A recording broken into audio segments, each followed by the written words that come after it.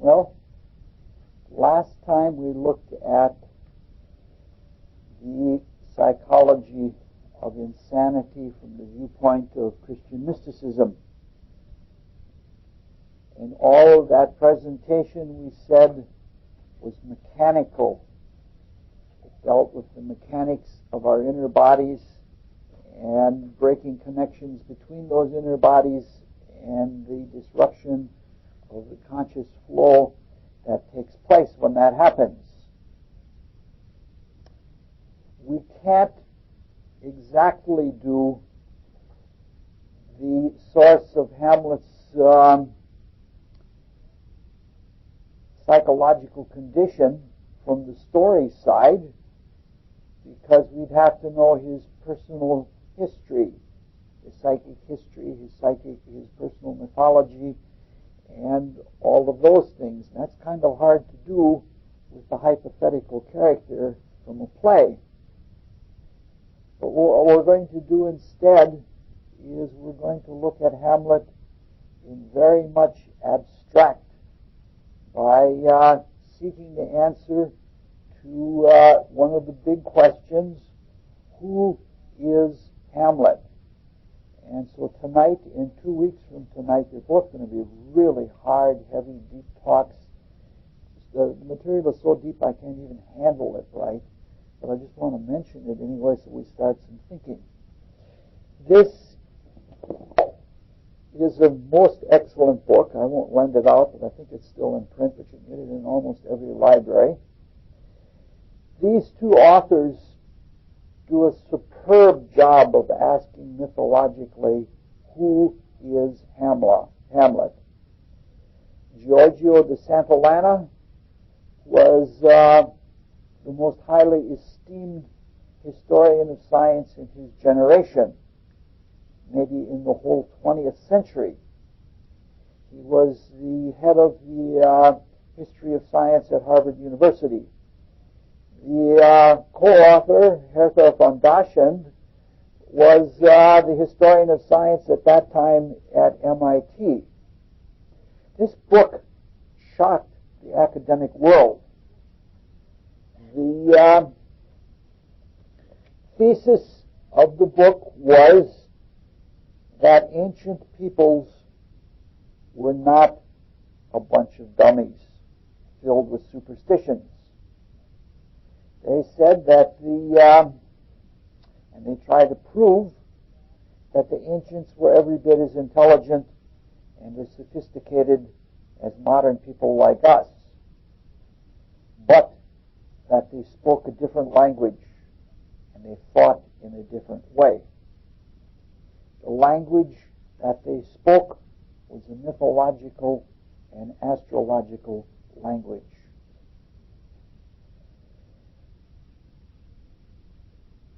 They show in many different ways, many different facets of that language, and that all of the myths and the parts of that language are tied together through star lore and constellational lore, which is nothing new. Max Heindel says the same thing. And they go further to claim that history and myth are tied together through the precession of the equinoxes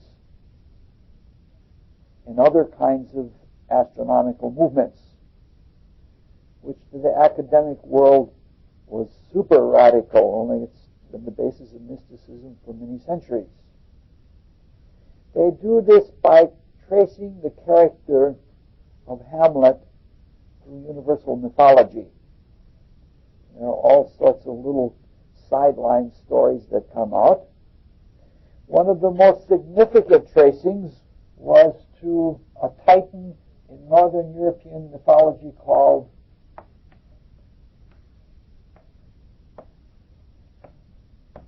Hamlet. And actually it's almost Hamlet with just a slightly different spelling, a scrambled kind of spelling. But Hamlet was a titan who had a magical spinning top. When that top made its way into alchemy, it became a perpetual motion machine.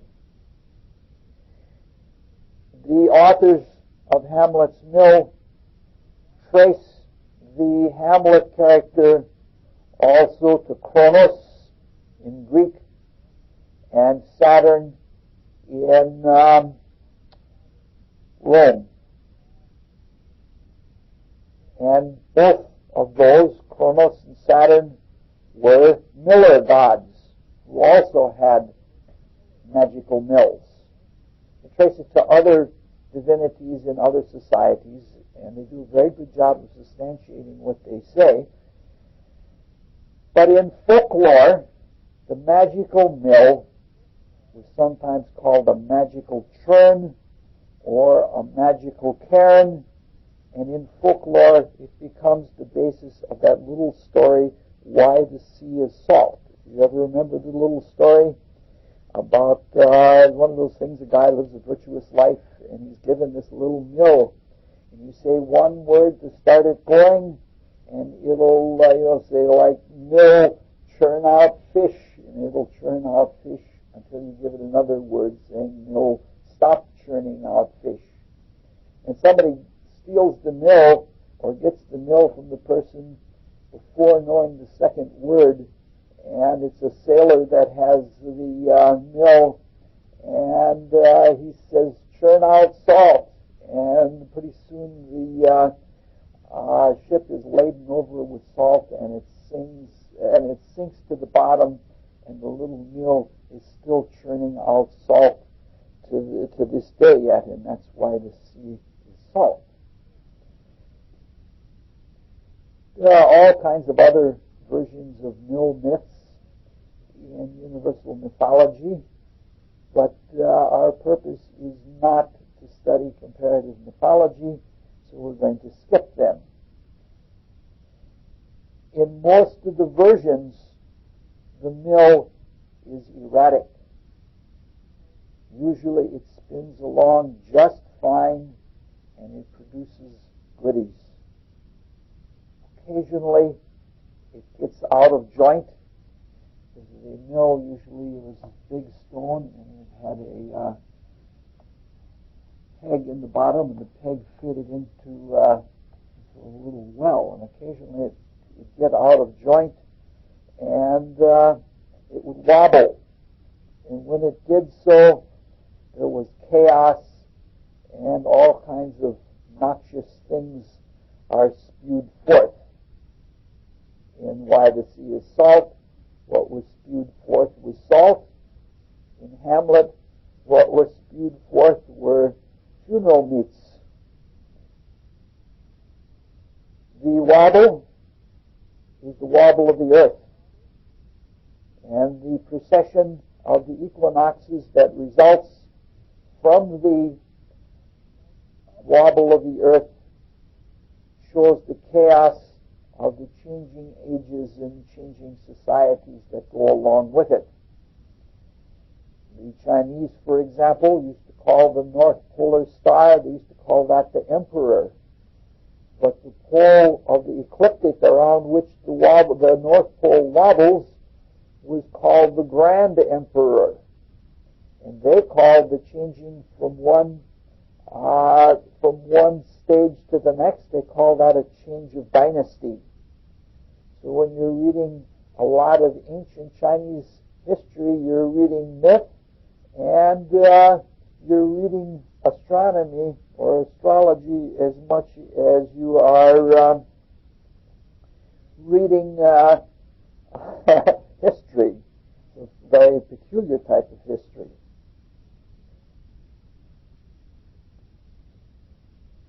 The purpose of Hamlet's Mill was just to demonstrate the thesis, and that thesis we as mystics have had for centuries. I recommend the book very highly. I think you can probably get it in paperback now from Amazon.com or something like that. Since they have already done that, you don't need to do it. It would be fun to follow up what they did, because we could add plenty of our own information. Our purpose is to study modern mysticism and to apply it to our lives and to help the work of the world, and so that's what we're going to do. So in a very simple way, the question of who is Hamlet is answered. So we'll depart from that answer and look at the mystical things that we want to look at relative to that question. The millstone is obviously the zodiac. We could just as well call it the celestial equator. There are astrologies that are based on the celestial equator.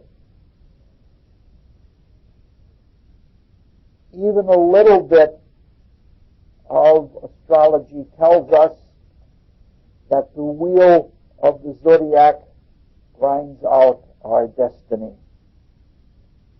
The mills of God grind slowly, but they grind exceedingly fine, so that each and every thought or emotion that we have is expressed and recorded in zodiacal expression eventually. Some astrologers call the zodiac and its workings the clock of destiny, which is equally relevant because the clock is ruled by Saturn, which is another Amlodi type of figure, ruled by Saturn. According to almost all mythologies, East and West, the mill used to grind out gold goodies in what we call the Golden Age, a pre-fallen condition. And it, for some reason, went out of joint. And when a millstone, I don't know if you know, a millstone is huge, it weighs tons. And if it gets out of joint, that's a terrible catastrophe. So, the entrance of sin and error are catastrophes of cosmic proportion, including the sins that are responsible for the throwing off of the moon and the unbalancing of our earth in the earth-moon system that produces the precession of the equinox. So we've made our own history. So now the mill grinds out with other things salt. And that has always been historically the symbol of sin. We are the salt of the earth. We rub salt in one's wounds. Or the redemption of salt or by salt is called salvation. So, beyond who is Hamlet, which we have already answered, we want to ask the questions, why is it Hamlet's mill? Why not one of the other gods? And what does this actually have to do with the person of Hamlet in the play? And what does it all have to do with mysticism in our time and our spiritual quest? To do that, we're going to look at an astronomy and astrology which isn't much stated in the book Hamlet's Mill.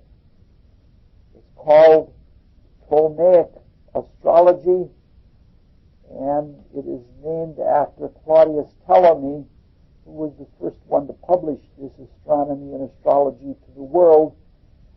Everybody knew it before then in the esoteric schools. As presented, Ptolemaic astronomy is geocentric. But that doesn't mean that all of the people who practice Ptolemaic astronomy believed that the sun went around the earth. The Pythagoreans didn't. None of the Orphics did. The Pythagoreans knew that the sun was the center of the system. But they also knew that it was much more convenient to calculate the future positions of planets by using the Ptolemaic system than any other system. A few smart Alecs in India knew how to do calculus at that time, and they were able to do the same thing.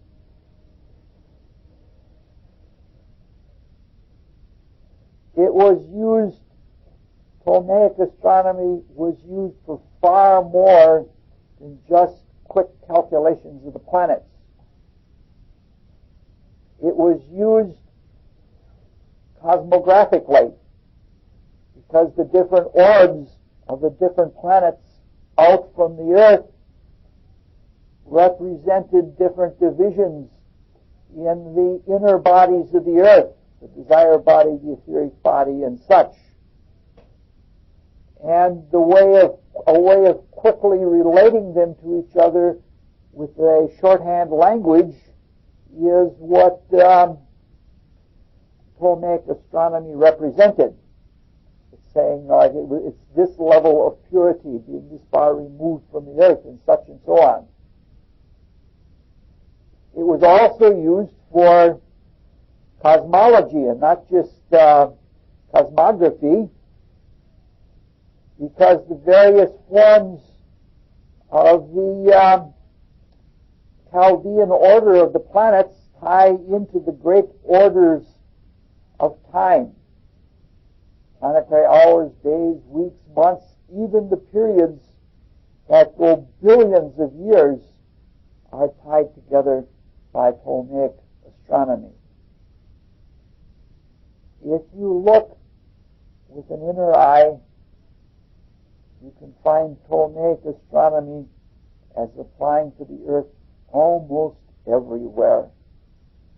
Rudolf Steiner finds it in the two surfaces of a leaf and the relationship to the sun and to space. He also finds it in the relationship of one generation being at odds with the next generation. He ties all of those things together. So we're going to quickly lay out that order and then use one adaptation of it to see why the mill belongs to Amlodhi or to Hamlet, whichever. You know that, I don't know if this is intentional, but if you look at it, Amlodhi, if you take the H and put it on the front, and it's sort of like an inverted pig Latin to make Hamlet out of Amlodhi. I don't know why. I don't know whether Shakespeare did that intentionally or not. So let's try to see why it's Hamlet's mill.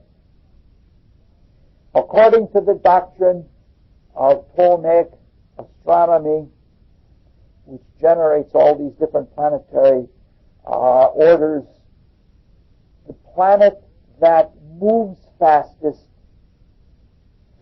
as it is seen from the Earth is closest to the Earth.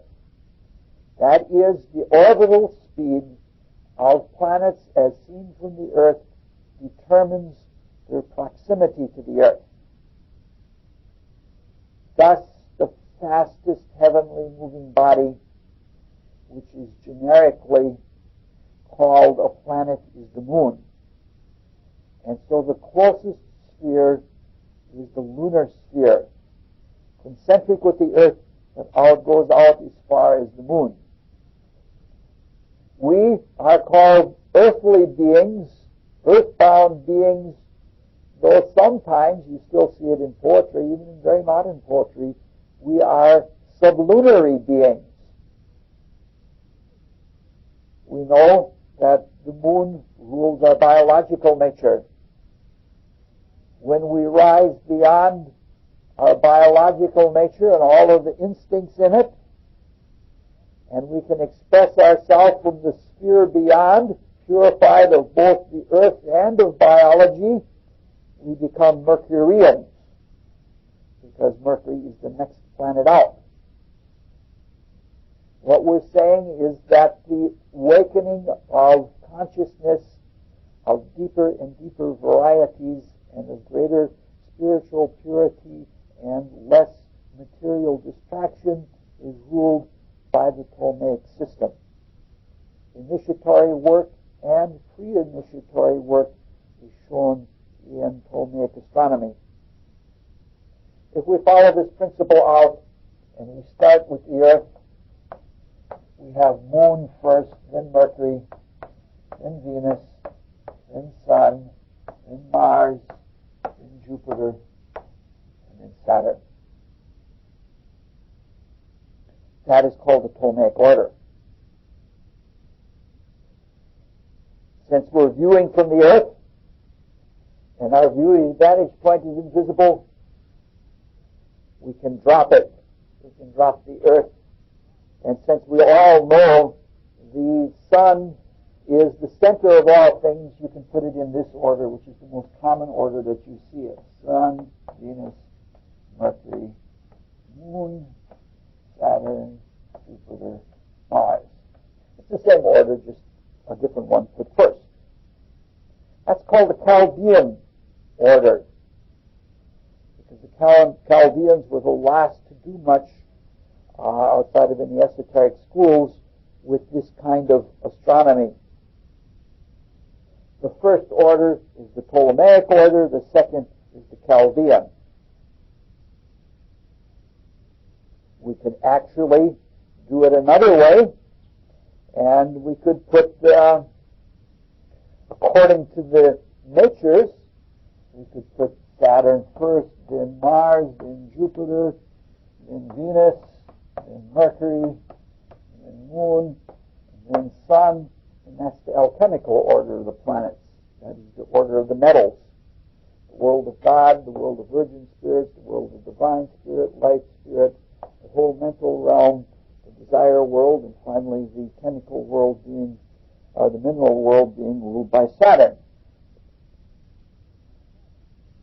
Now, it's an unusual thing, but if you're the least bit sensitive, you could be put out on an island somewhere with no contact with society, and you could always know when it is Sunday.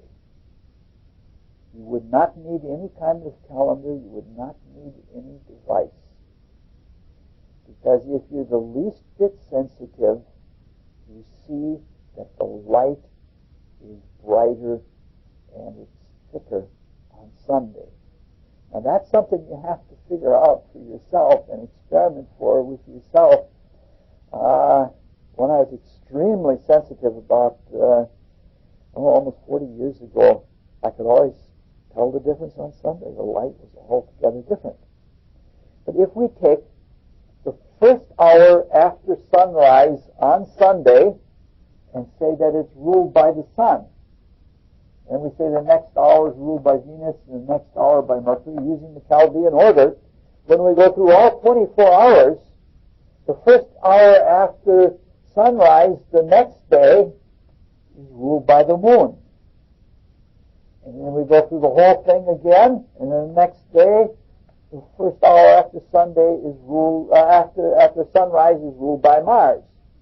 And so this gives us the relationship between the days of the week and the 24 hours, and this is Sunday, Monday, Tuesday, and such like that. So there is a direct relationship between the days of the week and the hours of the day. When we come with the order of Saturday, Sunday, Monday, Tuesday, Wednesday, Thursday, Friday, that is called the cosmogenical or the cosmological order, because it ties into the beginning of the whole creation. The very beginning of the whole creation was called the Saturn period. And the next period thereafter was called the Sun period, when we became plant-like and developed solar vitality. We're talking about billions of before there was even a solar system. But what eventually became our solar system. Then we went through a moon period, and right now we are in the middle of an Earth period, the first half of which is ruled by Mars, Tuesday, and the second half of which is ruled by Mercury, Wednesday, or Wotenstag.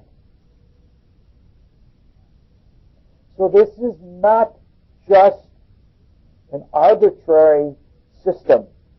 It's not some astronumerological system. It has real effect. So that things that occur on a Saturday at a Saturn hour, especially that very first one after dawn, have that impeding or that blocking or that slowed down Saturnian way about them. It's like each day of the week has a feel about it. Everybody loves love. That's why they say, thank God it's Friday, because it's ruled by Venus. The system was much more complicated than that, because the daylight hours had one quality and the night hours had another quality. Every other hour was either yin or yang or positive or negative, and it carried through very far like that. Chaldean revolutionary astrology is what it is called, and it's every bit as complicated as the Taoist version, with the branches and the stems and the 5 elements and the yin-yang polarities. Every bit of that is in the Chaldean order. Paul and I just a few weeks ago went and saw the Taoist art exhibit, and we saw how closely coincident art and alchemy in China were with art and alchemy and astronomy in the Western world. These are the same orders of the planets and everything. Right now we're more interested in mythology and mysticism and not so much interested in the penny wise, what do you do on a Venus hour kind of thing. All of these different orbs of the planets, which represented definite, distinct qualities, were suspended within the universal spirit. And to the ancients, the body of the universal spirit was space. And space was not empty, it was ultimately full.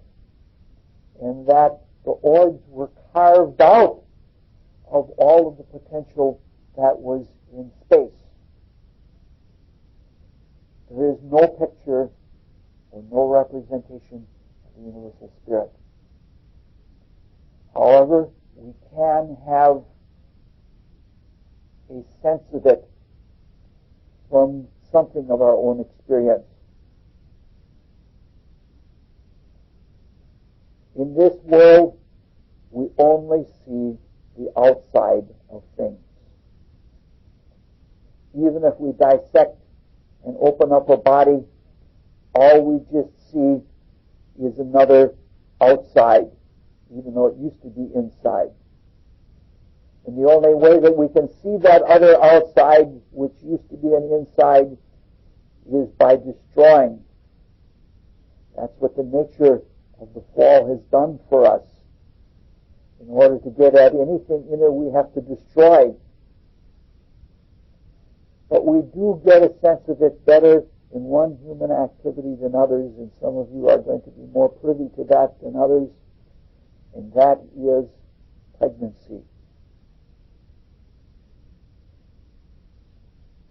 Yes, by this definition, a babe or a fetus in the womb is just another outside, but any mother can tell you that the experience of carrying a child is more than just having another outside inside of you. It is an experience that is inward, and that isn't just hormonal. It's a sense that everything is within. Similarly, the three qualities of the universal spirit were also in the Ptolemaic system as it was used by the mystics. The stars were seen almost like pinholes in the membrane of the outermost Saturnine sphere, and that membrane was called the firmament, because that is where all the stars were seen in. It was seen in their constancy. All of the other orbs were revolving or spinning. So the human spirit, which is still ruled by Neptune, which rules astronomy and astrology, ruled the firmament. Beyond the firmament was a realm of crystalline light that was called the crystallium. And that crystallium represented the life spirit. Beyond that was an invisible place called the primum mobile, the first mover or the unmoved mover, and that was associated with the Father. So the creation, the free creation took place in those three outer attributive states beyond the planetary globes, and the fabrication where things were carried out stage by stage through the different planetary globes. So it's like the Spirit in that light, an invisible source of creation in that light, began reflecting images inside of itself, and those images get projected into the planetary spheres, and they get carried out. Anything then that was projected into the spheres came first through Saturn, who was Kronos, or who was Amloti. So Saturn is like the doorman. Like Kronos, it castrates that universal creation in the light. Cuts it off, because it can't remain universal if it's going to be fabricated and brought to a completion. And it swallows its children, meaning to say the Saturnine sphere subtends all of the planets inside of it, coming all the way down to Earth. Conversely, if we're leaving the Earth and trying to get to the spiritual realms, which is what we're trying to do in our spiritual aspiration, the last sphere before we can get out into the spiritual realms is the sphere of Saturn. We have to be able to get beyond our personality. And we have to get beyond the Grim Reaper with the hourglass and skeleton and sigh before we can get to the timeless, to the eternal realms on the other side.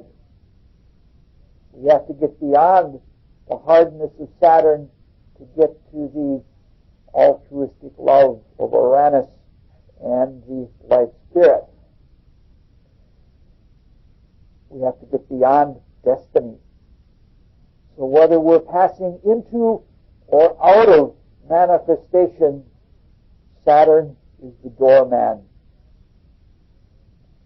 As we all know, Saturn, from its high and mighty position, runs a very tight ship. With the gods, it's always high and mighty. It's always from above.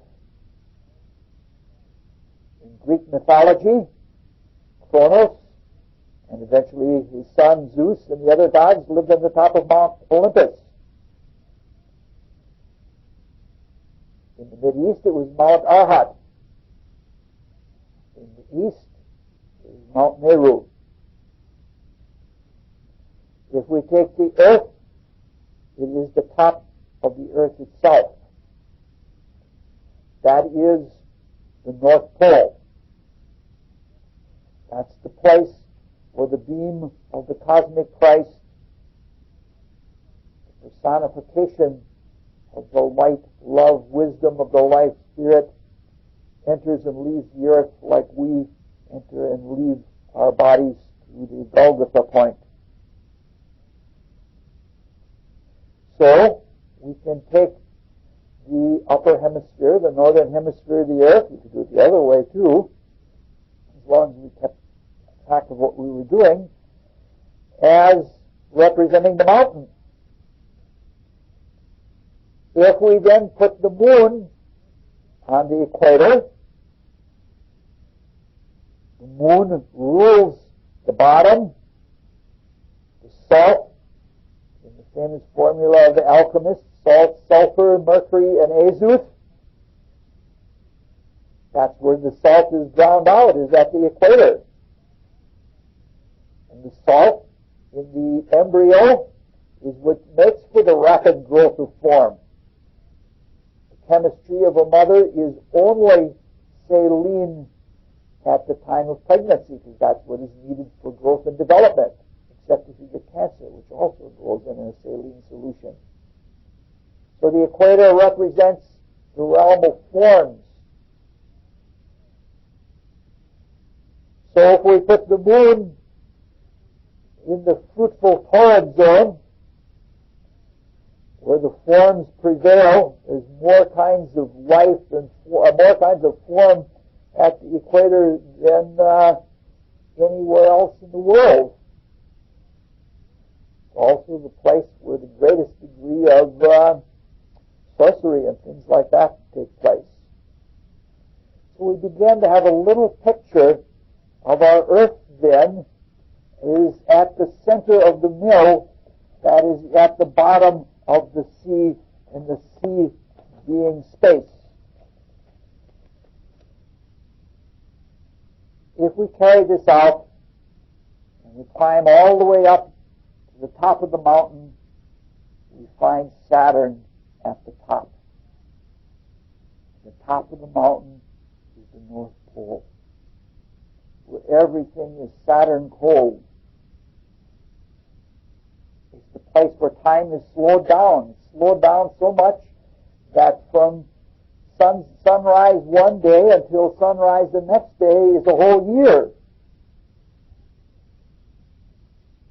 If we look at that then, the mill pole is the pole of the earth. From the viewpoint of the earth, it seems to spin very evenly. But from the perspective of the entire solar system, and relative to the whole ecliptic, it wobbles. It wobbles like it's out of joint.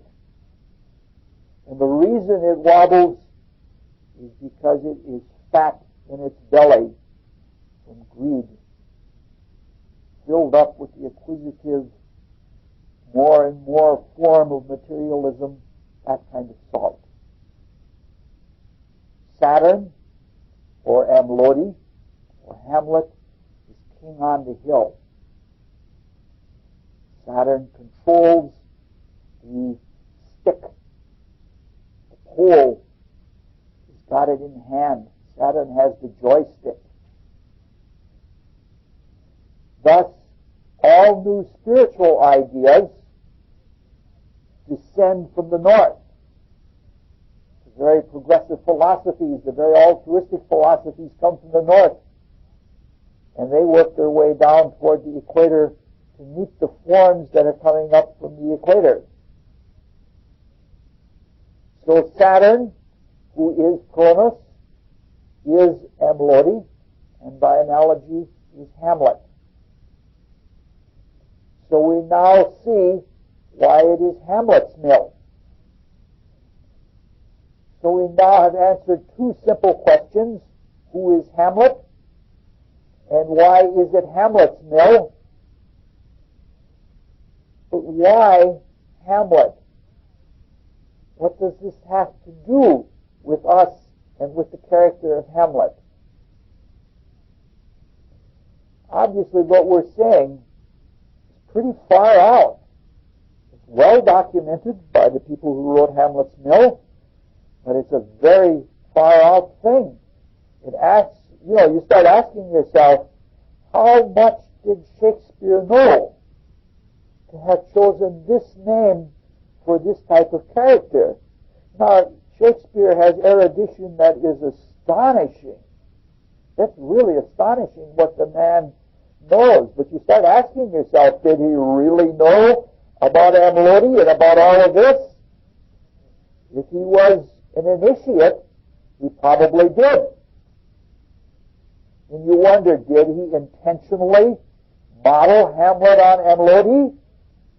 Or did he unconsciously tune in on some mythological creative idea and accidentally got it right? Unless one has a very well-trained clairvoyance or intuition that's probably even better than Hamlet, you can't know the answers to those questions. But it's obvious that there is way too much coincidence for there not to be some connection. So let's try and answer the next little simple question. Why Hamlet? Why Amlodi? Let's go right back to the ladder of the gods, and let's look at it in the largest scale possible. That is Saturn ushering in new creation. All periods of time, whether it's New Year's Eve or whether it is the beginning of a cosmos, are ushered in by Saturn.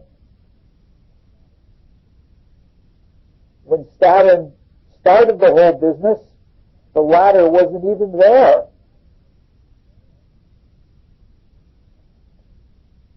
The ladder is created as needed.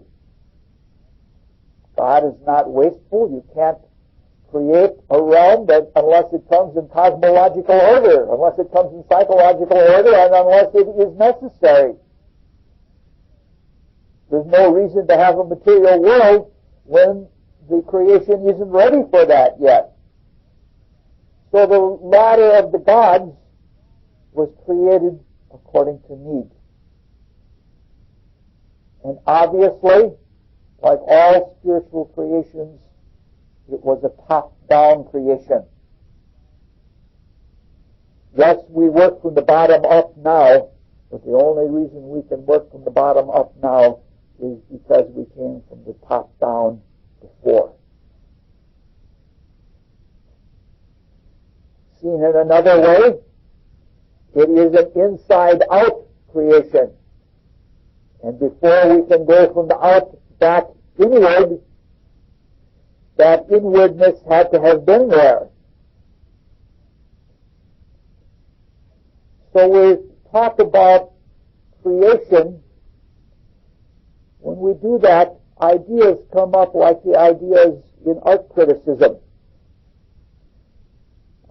Several years ago, I bought the CDs of an opera that I love very much, and sometimes I listen to it several times in one day. It's called Orfeo. It's by Gluck. I know it's too modern for you, Tim, but and when I went to the store, I went down to the exclusive company where Charles is, and Charles said, "What do you want? Do you want the first edition, or do you want one of the final editions?" And what he was meaning to say is, do you want to go with the original creative intent, or do you want to go with all of the polish and refinement that came later on? Being mystically inclined and very fundamental, when fundamental means being something of an anal type, or shitty, to speak, I chose the first statement. Everything depends on the first step. A creation can be modified, it can be metamorphized, and it can be changed into all sorts of things, but it is determinate. It's determined by precedence.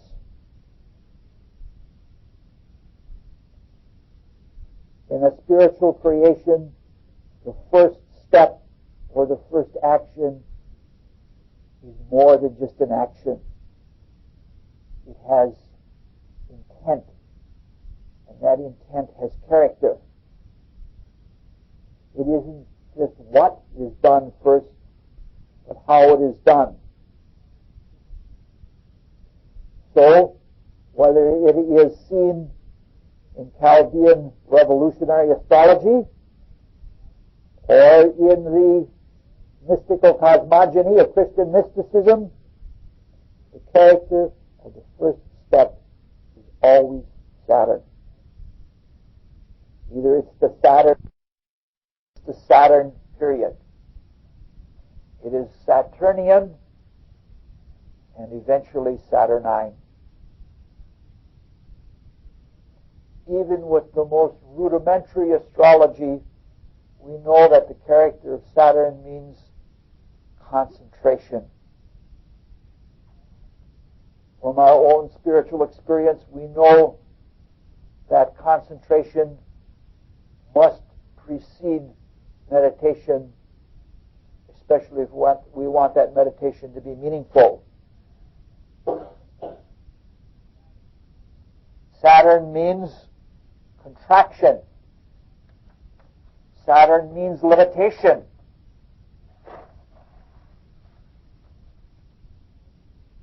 In order to manifest and objectify, which is what the cosmic fabrication is, the spirit must contract from universals. It must contract down to concrete particulars.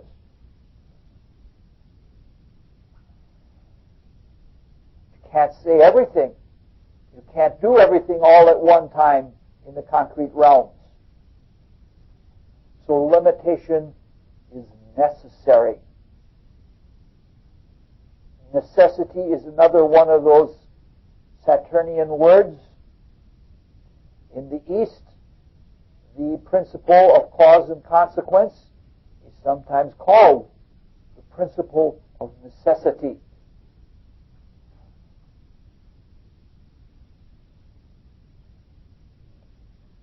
But when this necessity is taken, when the universal spirit, by concentrated consolidation, produces concrete and phenomenal realms, there is indeed a loss of spiritual ebullience. One loses the divine levity. Eventually, when the concentration wakes up something new, that returns, but in the concentration there is a loss of that kind of vivacity.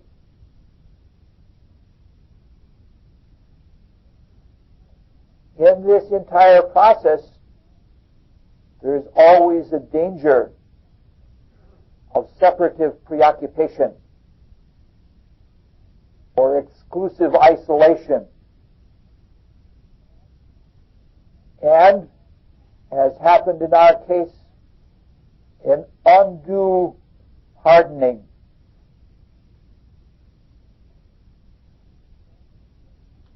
So we see how the character, a sad, lonely, and melancholy character, is inherent in Saturnian acts.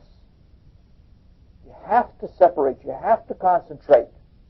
And with that, in the spirit, comes the character of sadness, of loneliness, separation, all of those things. A precedent has to be made, And that precedent sets an order of priority. All of those are Saturnine things. So Saturn produces these things, or is the first step, because it is what it is at the start. Because that's what you have to do right from the very beginning. But that produces necessity, almost like the necessity that Hamlet feels in having to avenge his father's death. Of course, we're speaking very graphically and very concretely about something that is vastly deep beyond our experience here on the earth. But nonetheless, in rudiment, what we're saying is true. So we begin to understand a little bit of the character of Saturn or of Amelody and its divine psychology.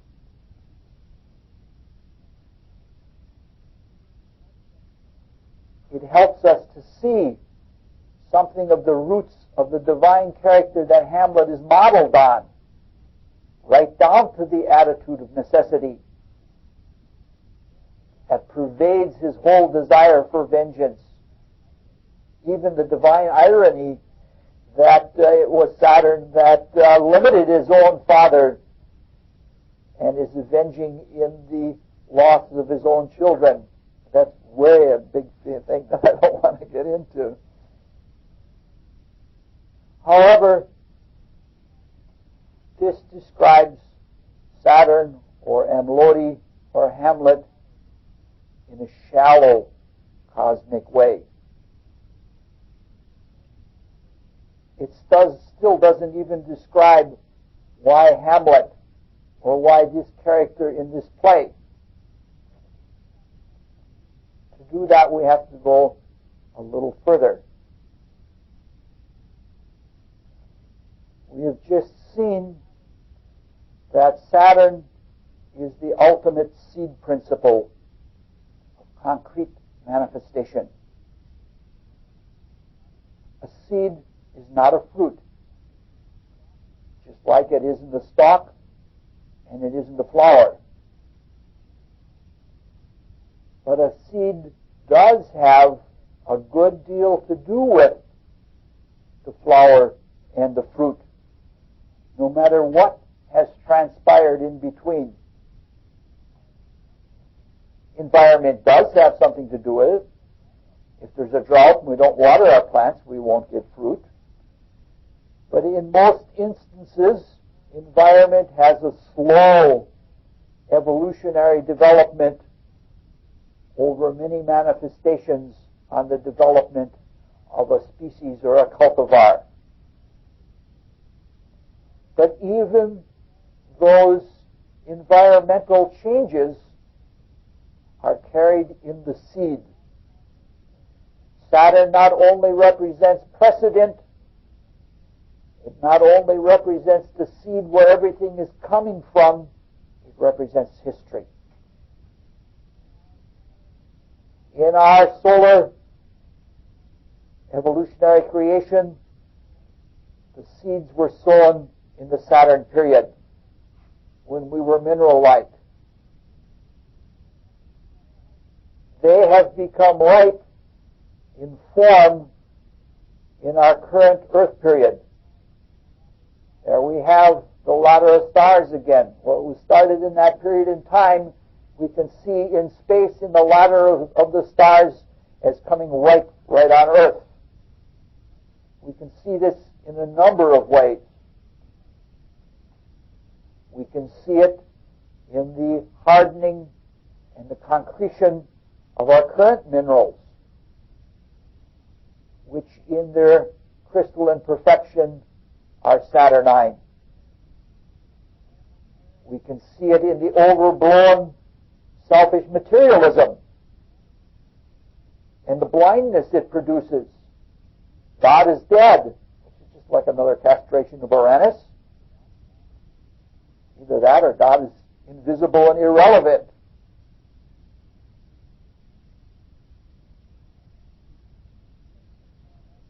can see it in our having come through mineral, plant, and animal stages to become solid persons.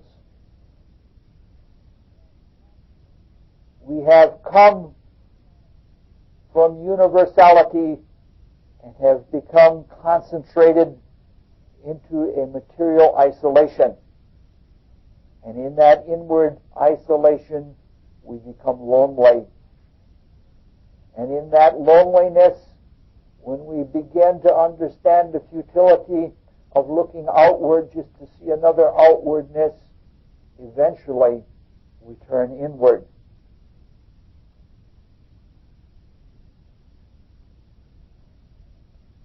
We have overdone it.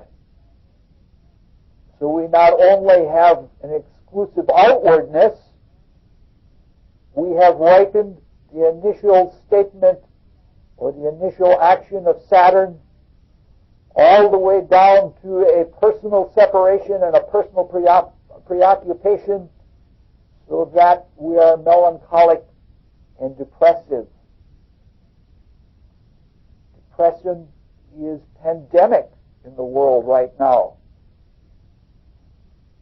We, as foci of the universal spirit, have carried cosmic densification and hardening as far as it can go. There's only so much that you can do with concentration. Saturn represents limits, and it subjects itself to its own limits. You can only go so far, and then you need the Jupiterian antidote, expansion. So at this extreme ripeness, the cosmos is at a central turning point. We're at a turning point like Hamlet is at a turning point. This is why a character like Saturn, Amlodi, or Hamlet was chosen. Because it's psychological, it's cosmological to the urgent problem of our time. As we said all along, Saturn is an extremely modern individual. Relates to us in our times very well. Because we're at that cosmological turning point, we're bottoming out, as the slang parlance says, or we're bumping up against the limits of destiny. But because we're at that limit, doesn't mean we can just let go. Because if we let go, that results in the worst form of insanity. That is a break right between the point where the spirit focuses in the mind, and that leaves the spirit with no vehicles whatsoever, and it leaves a monstrosity in the earth. Something that can think, and that can feel, and act, and take form, but it has no conscience, it has no spirit. It means that the spirit itself must wait for millions and billions of years until there's another manifestation to catch up again. The mills of God grind slowly, but they grind exceedingly fine. We have cosmic responsibilities, and we must give back what we have received. We must transform our selfishness into an unselfish giving. So we're actually at the point where the unnamed Greek poet was when he understood this. He said, I see the ways of Saturn are finished, and I will follow the ways of Jupiter. But this can't be done suddenly, because even though we're running into the expansive Jupiter half of the creation, the initial thing was Saturn. And Saturn always works slowly. It's not going to be a sudden thing. It takes time and it takes care to relax and expand in a healthy way. So, given the very long period of concentrating, it's going to take a very long way of relaxing and abstracting. However, at the turning point, when the wheel stops turning one way and starts turning the other way, it is possible for us to take a much faster route. And that faster route, which goes right across the diameter instead of around the entire circumference, is called initiation. And we've been talking about Hamlet as though Hamlet were as much of a candidate for initiation as he was a candidate for madness. He's on the edge of both.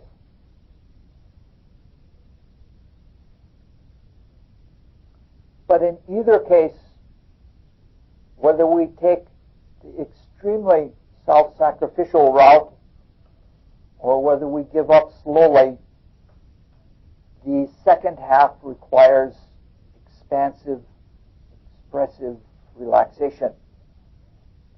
Something that's antidotal, almost opposite from Saturn. And it's especially so in the case of initiation. To get at what that special quality is that is necessary at this distant turning point, at this very critical time, let's go back to the astrological mandala and look at it in a totally different way. The moderns that fight against books like Hamlet's Mill level the charge against the ancients that they didn't know that the sun was the center of the solar system and that the planets went around it because they were locked in this Ptolemaic superstition of geocentricity. That charge can be leveled against medieval Catholicism, but that charge cannot be leveled against the ancient mystery students. And we have the doctrine of zodiacal rulerships that proves that they knew that. If we look at Saturn as the distant reaches, Saturn rules Capricorn and Aquarius. Coming in closer, Jupiter rules Sagittarius and Pisces. Coming in closer, Mars rules Aries and Scorpio. Coming in closer yet, Venus rules Libra and Taurus. And coming in closer yet, Mercury rules Gemini and Virgo. And then at the center of illumination, between the diurnal and nocturnal illumination, it is ruled by the sun. That gives us a totally different order. The moon is just there as to show our nocturnal luminary. It gives us an order of Saturn, Jupiter, Mars, Venus, Mercury, Sun. That is not a geocentric Ptolemaic sequence. That is completely heliocentric. The Earth has been removed again, but it's a heliocentric system. Not at all geocentric. I'll be there in a little bit.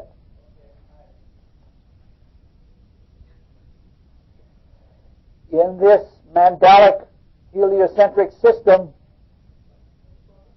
Saturn and the Sun are opposites to each other. The center, or the axis, and the circumference. Saturn is cold. Saturn is dead. Saturn is crystalline. while the sun is blazing with light and life and brilliant energy. But that's not the quality of the sun we're looking for. The sun also represents selfhood. The selfhood that is awakened at the end of the creaturehood when we reach the human stage. When we end the first half of the involutionary state, when we were creatures or have been creatures, we come to the sun, the individuality. That's what we turn inward toward. We turn inward toward the spirit.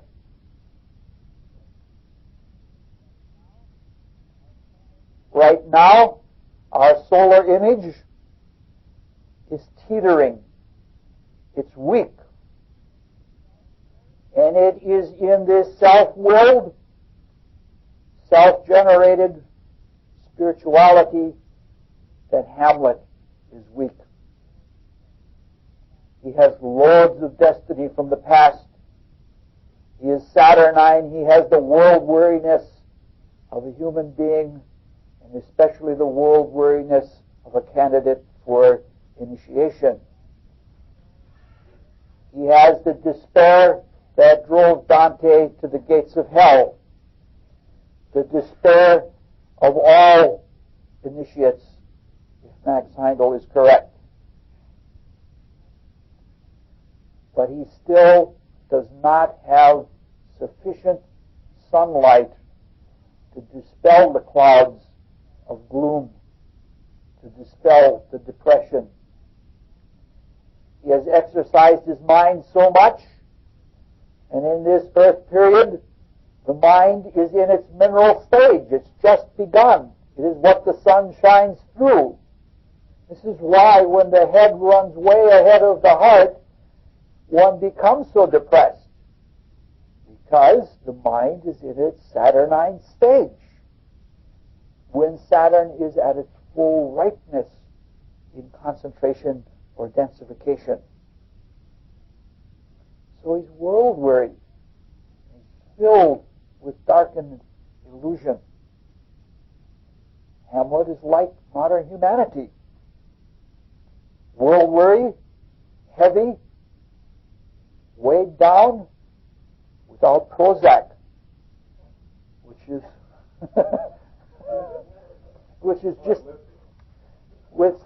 just another delusion.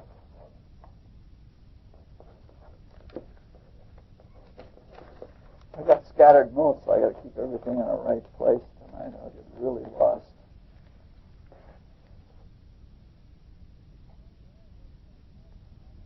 One more look at the astrological mandala should round out our picture of why a Hamlet character. We have just been speaking about the struggle between the material personality and the spiritual individuality. On the cosmic mandala, the first half of the mandala, from Aries in the first house to the end of Virgo and the sixth house, is the personal life, the microcosmic life, the little life. The second half, which is other-oriented, which is giving to the world, to society, the expansive, bigger outlook on the world in the universe, is like the spiritual individuality. To this day, yet, the seventh house in astrology represents individuality, while the first house represents personality. Saturn, in its involuntary personalization, is in its mature exaltation. Saturn is exalted in Libra. It's as mature as it's going to get in that. The Sun, which represents the individuality, is in its infantile fall. Hamlet in his mind gets all tied up with legalistic retributions. When is this? Should I kill him when he's in the prayer or what? He's sort of like the cultured Libra. There are so many right things I have to take into mind before I can take any kind of action. He understands the reality of how bad it all is. He can see that in his mind. But he vibrates back and forth in indecision. He can't find the solar will to act for others. He wants more and more facts, which is like Mercury in Libra, when what he really needs is spiritual resolve. At the same time, Saturn in the form of negation and doubt and insecurity and depression and timidity, and with the whole weight of the involutionary concentrative half behind him, sits on him and weighs him down with the gravity of history. So when we ask, who is Hamlet, from the viewpoint of astrology, cosmogony, mythology, and without a personal history, we get much more than we expect. We get it all in a handful of little symbols: Saturn, Mercury, Sun, Jupiter, Libra. So we can answer that Saturn is Amlodhi, that he is Kronos, that he is Saturn. He may even be the old man in Ophelia's song, the last lines that she says in the play, the hoary old man, cold and all. So Hamlet probably is all of these, but we see that relative to our own lives, he is much more than these.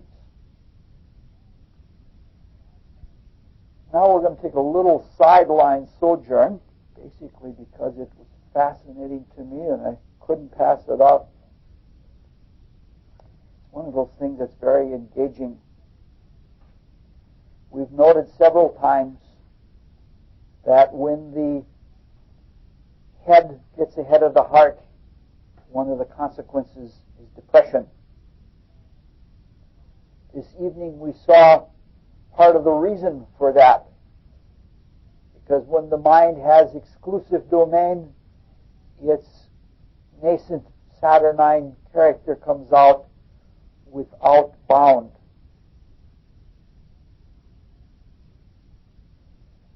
That nature is concentrating and contractive. It was intentionally that way. Our minds were built to be like that. They were built to be deeply concentrated and Saturnian by what in Christian mysticism is called the lords of the mind, which are sometimes referred to as the powers that work in darkness. Eventually, the character of Saturn that is sown in our mind will be carried so far that at some distant time we will be able to concentrate on our concentration in such a way that we become self-compounding, and that we will be able to, in that process, build new creative minds. We will become volcanic humans at some distant time when that concentration is carried as far as it can go. It's a wonderful thing, but it's way too deep beyond my ability to understand it. That's what happens at the last of the greater mysteries, and I'm not even at the first of the lesser mysteries, so it's not something we can talk about. But it is the kind of problem that I want to talk about. Earlier we said that we had bottomed out and that our newborn minds were bumping against the limits of the Saturnian mineral kingdom. We were bumping against the limits of our Saturnine physical bodies, which are now completely matured. They can only simplify. They can't get any more complicated than they are now. And it is this concentration that has led to pandemic depression that causes us to turn inward, to look for the self, the sun, and expand with Jupiter. So in a way, we have our minds and our bodies are constricting the entirety of our personality. We're in something of a double whammy, with a limit above and a limit below. The fall that we have created for ourselves is not a soft landing fall. It's a hard fall.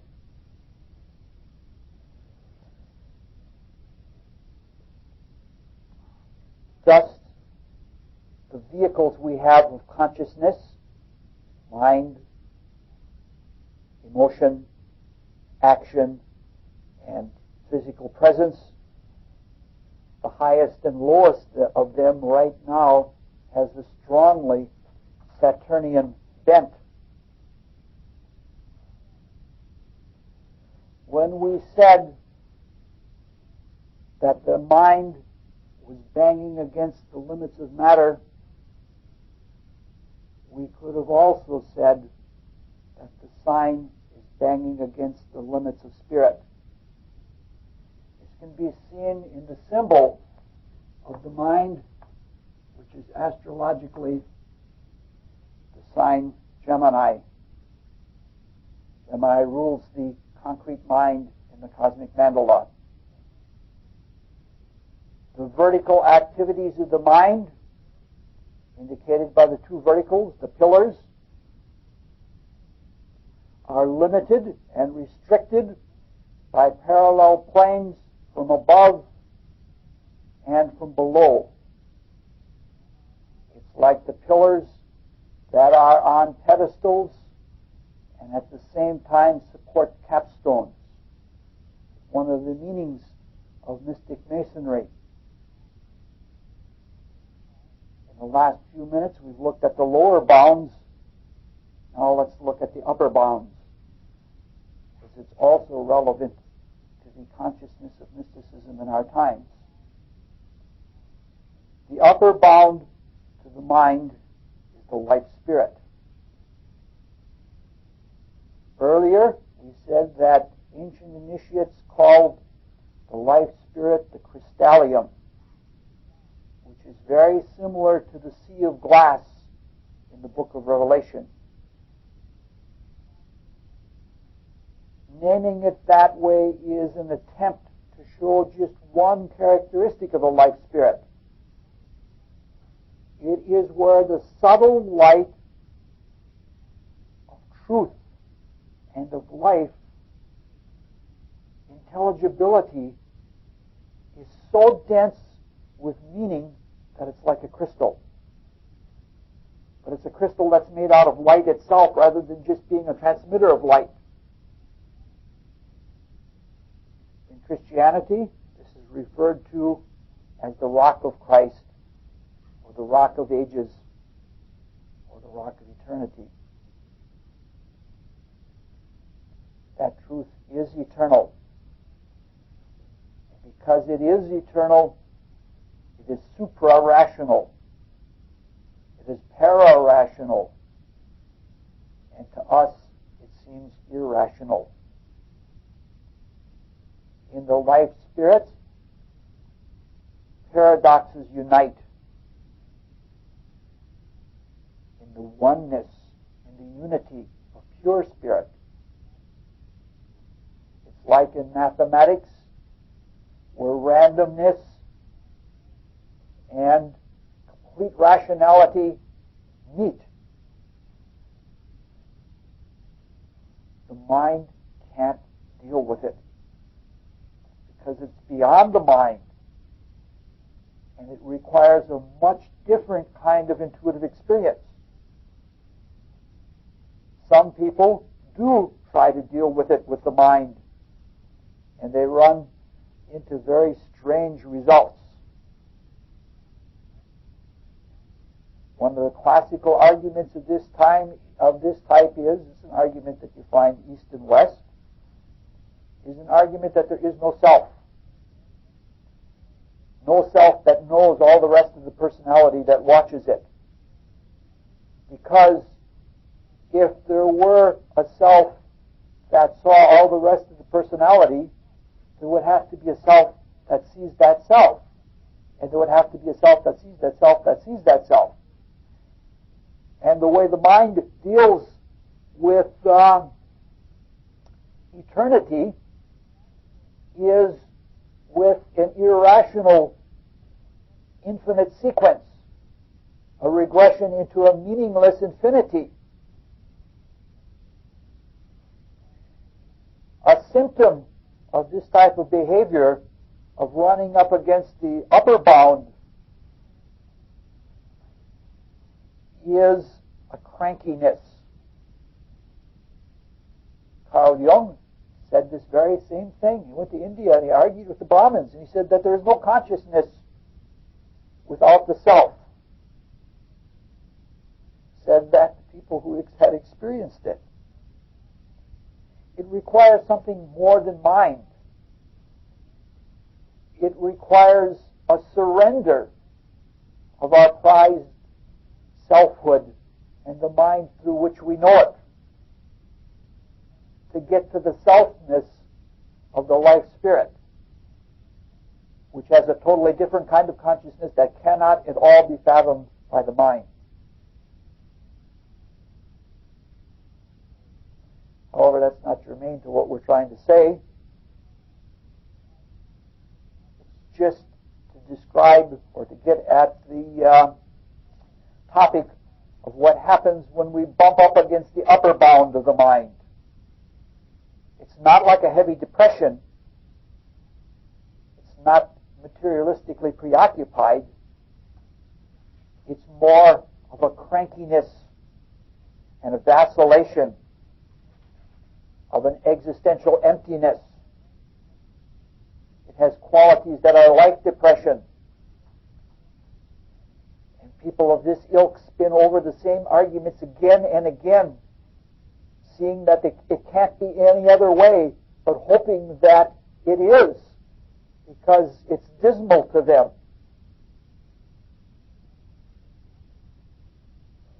Saturn is a hard taskmaster.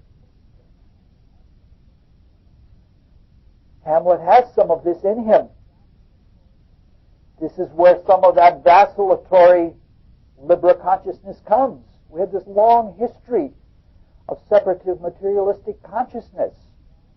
No wonder we think that this is reality. And this is all in the face of the fact that some people have had ecstatic experience and have even found ways of expressing it in the mind in a very reflective sort of way. This life spirit, this crystalline light, is also what is called the pure imagination. And in its receptive, imaginative nature relative to the divine spirit, it which is will and which is the formative, this the source of everything. The life spirit relative to the divine spirit is sometimes called the cosmic feminine.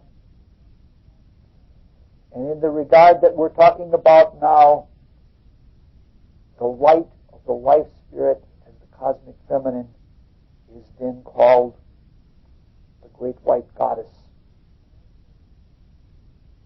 But there is also a great black goddess. At the ultimate depth of everything, beyond all the cosmic planes, beyond even the Supreme Being which is to the Divine Spirit, which as the Divine Spirit is to us in our personality. Beyond all of that is the unknowable Absolute.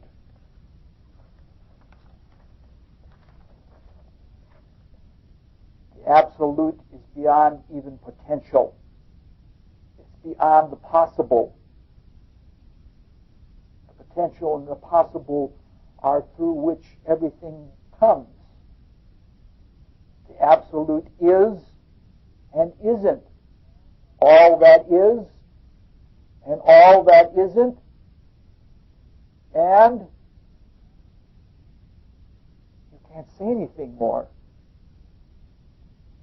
The Absolute, in its unknowability, is sometimes referred to as the Black Goddess. All schools of mysticism of all ages warn against the dangers of worshiping the Black Goddess or occupying oneself too much with it, because it is so super rational that the mind has no way of handling it. And if one tries to do so, the sure consequence of that is severe madness. The type of severe madness that ultimately was the problem of Schopenhauer, who did worship or did think about the Absolute. Hamlet, we've said, in the to be or not to be question, did take it to the Absolute. He took it there and in several other speeches. But he did not preoccupy himself with it. He did not preoccupy himself so as to go into a black madness.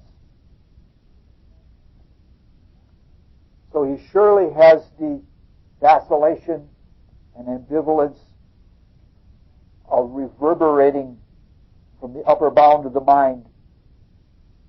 But whether he was insane, we'll leave that up to you.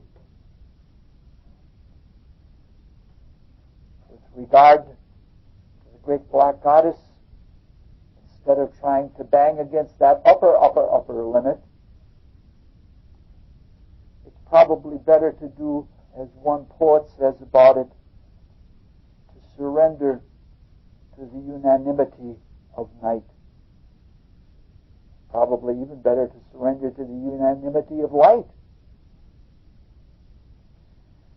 Next time, we will ask the question, who is Hamlet? In a much different way, and we're going to come out with a very different answer. And we'll tie it together with this answer, and we'll tie it together with the cycles of Christ and the cycles of Persephone, and the whole previous 25 lectures, and we'll try and round it all out so that we have a decent understanding of what we've done for a year and a half.